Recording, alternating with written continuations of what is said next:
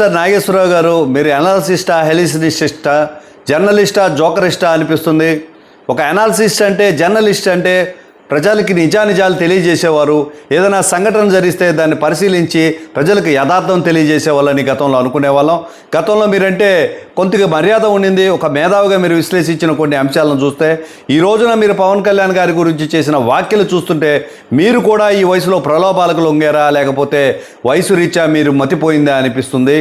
ఈ రోజున అక్రమ కేసులు ఎదుర్కొంటూ రాష్ట్రంలో నిలవకుండా తాడేపల్లి ప్యాలెస్ టు బెంగళూరు టూరిస్ట్లాగా వ్యవహరిస్తున్న ఒక జగన్మోహన్ రెడ్డి గారి గురించి మీరు ఫేవరిస్ట్గా మాట్లాడడం నిజంగా ఏమైన చర్య. దీన్ని పూర్తిగా మీరు వెనక్కి తీసుకోవాలి.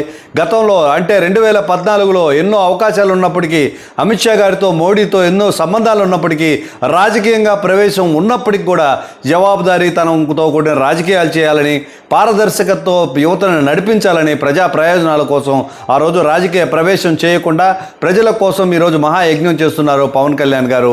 వీరి గురించి మాట్లాడే స్థాయి, అర్హత ఇదేనా అని నేను మరొకసారి తెలియజేస్తున్నాను.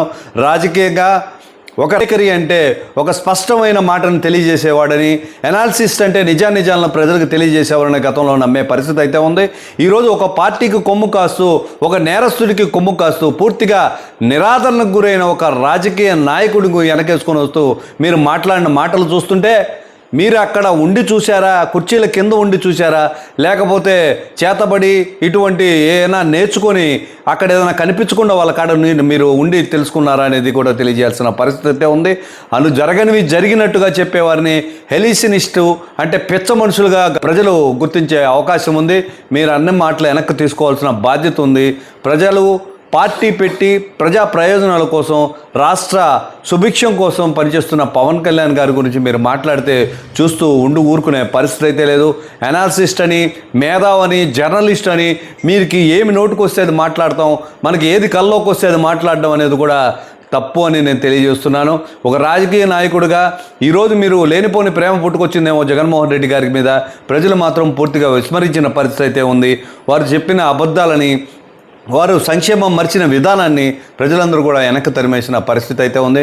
మరొక్కసారి ఇటువంటి వ్యాఖ్యలు చేయకుండా మీరు చేసిన వ్యాఖ్యలు ఏవైతే ఉన్నాయో వెనక్కి తీసుకోవాల్సిన పరిస్థితి ఉంది. లేకపోతే నాగేశ్వరరావు గారు, మీరు హెలిసినిస్ట్గా, జోకరిస్ట్గా ప్రజల్లో నిలబడిపోయే పరిస్థితి ఉందని మరొకసారి తెలియజేస్తూ, జనసేన పార్టీ తరఫున ప్రొఫెసర్ నాగేశ్వరరావు గారి వ్యాఖ్యలను పూర్తిగా ఖండిస్తూ వాడి మాటలను వెనక్కి తీసుకోవాలని ఈరోజు తెలియజేస్తున్నాను. జై ఈ టెక్నో ఒలింపియాడ్, సివోస్పార్క్, మెడిస్పార్క్ వంటి ఆధునిక అకాడమిక్ ప్రోగ్రామ్స్ ద్వారా విద్యార్థుల్లో లాజికల్ థింకింగ్, సైన్స్ అవగాహన మరియు విశ్లేషణాత్మక నైపుణ్యాలను అభివృద్ధి చేస్తూ సిబిఎస్ఈ అండ్ స్టేట్ బోర్డు కరికులంలలో అత్యుత్తమ ఫలితాల సాధనకు దృఢమైన పునాది వేస్తోంది నారాయణ.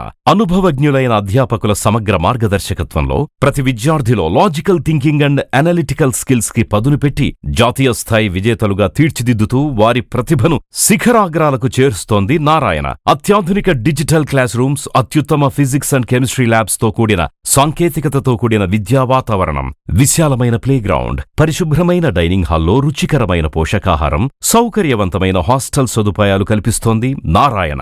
2026-27 విద్యా సంవత్సరానికి అడ్మిషన్లు ప్రారంభం.